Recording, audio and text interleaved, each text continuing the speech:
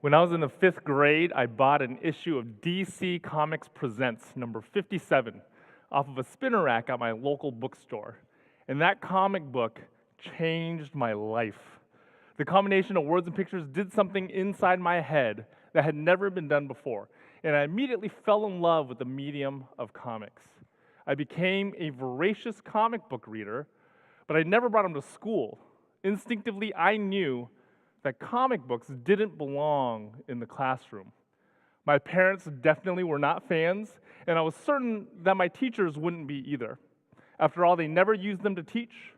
Comic books and graphic novels were never allowed during silent, sustained reading, and they were never sold at our annual book fair. Even so, I kept reading comics, and I even started making them. Eventually, I became a published cartoonist, writing and drawing comic books for a living. I also became a high school teacher. This is where I taught, Bishop O'Dowd High School in Oakland, California. I taught a little bit of math and a little bit of art, but mostly computer science, and I was there for 17 years. When I was a brand new teacher, I tried bringing comic books into my classroom. I remember telling my students on the first day of every class that I was also a cartoonist.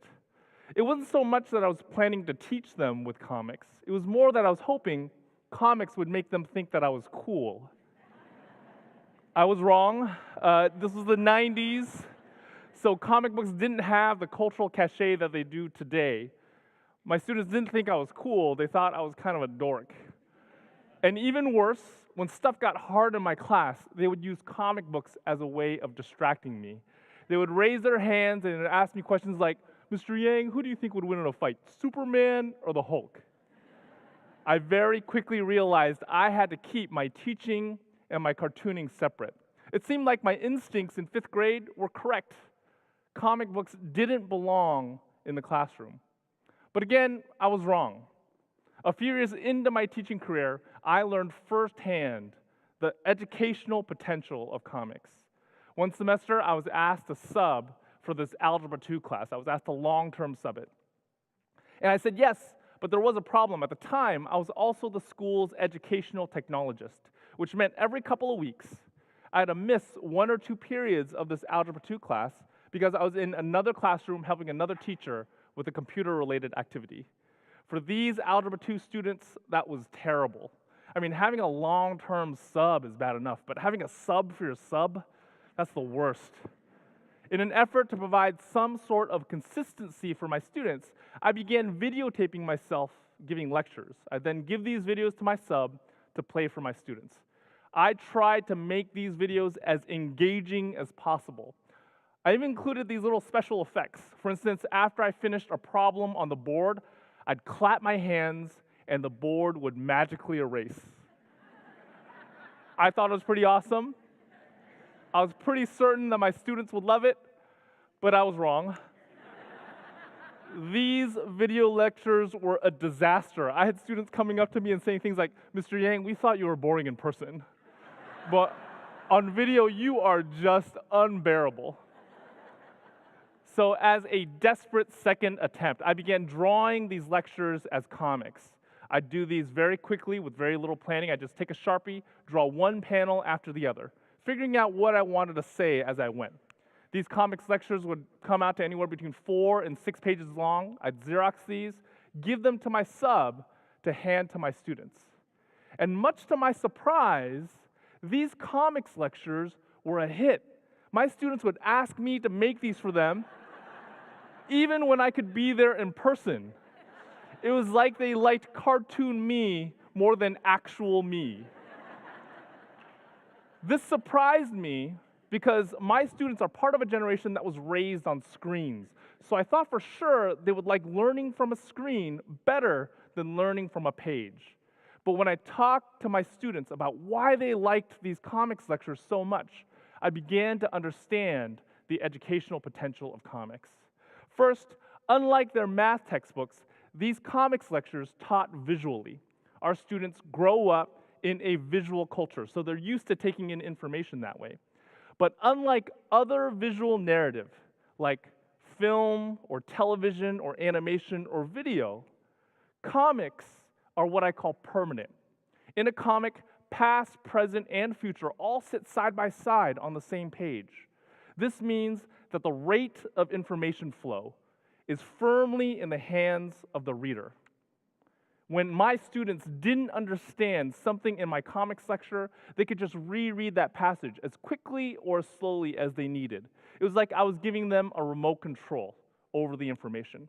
The same was not true of my video lectures, and it wasn't even true of my in-person lectures.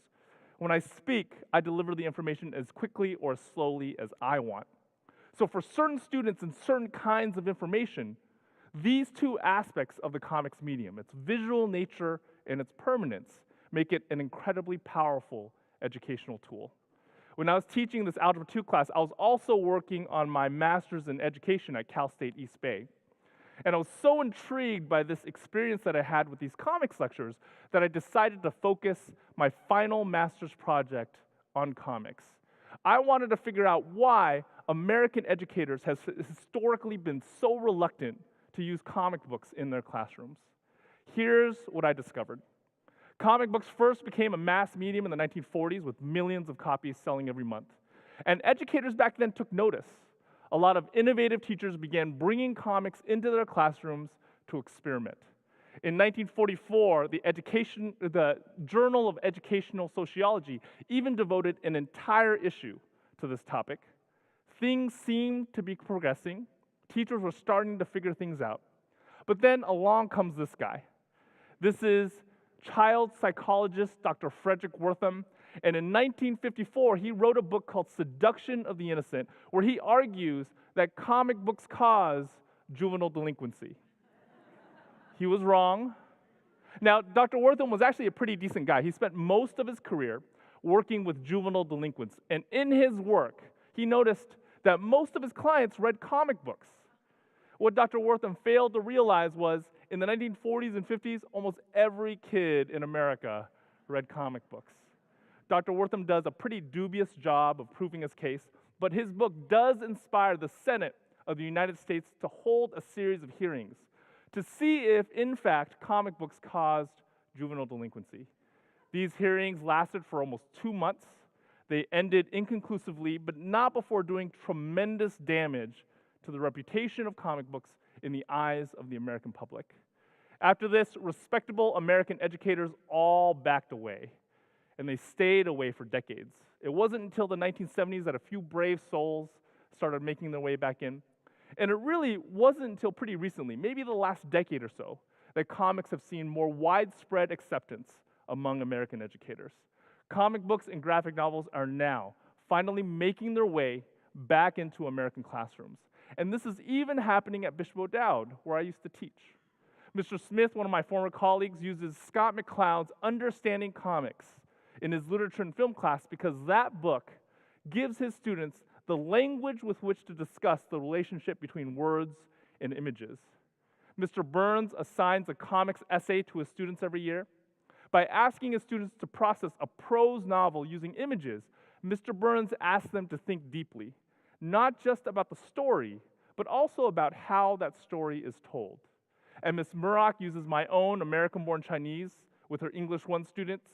For her, graphic novels are a great way of fulfilling a Common Core standard. The standard states that students ought to be able to analyze how visual elements contribute to the meaning, tone, and beauty of a text. Over in the library, Ms. Counts has built a pretty impressive graphic novel collection for Bishop O'Dowd. Now, Ms. Counts and all of her librarian colleagues have really been at the forefront of comics advocacy, really since the early 80s, when a school library journal article stated that the mere presence of graphic novels in a library increased usage by about 80% and increased the circulation of non-comics material by about 30%. Inspired by this renewed interest from American educators, American cartoonists are now producing more explicitly educational content for the K-12 market than ever before. A lot of this is directed at language arts, but more and more comics and graphic novels are starting to tackle math and science topics. STEM comics, graphic novels really are like this uncharted territory, ready to be explored. America is finally waking up to the fact that comic books do not cause juvenile delinquency, that they really do belong in every educator's toolkit. There's no good reason to keep comic books and graphic novels out of K-12 education. They teach visually, they give our students that remote control. The educational potential is there, just waiting to be tapped by creative people like you. Thank you.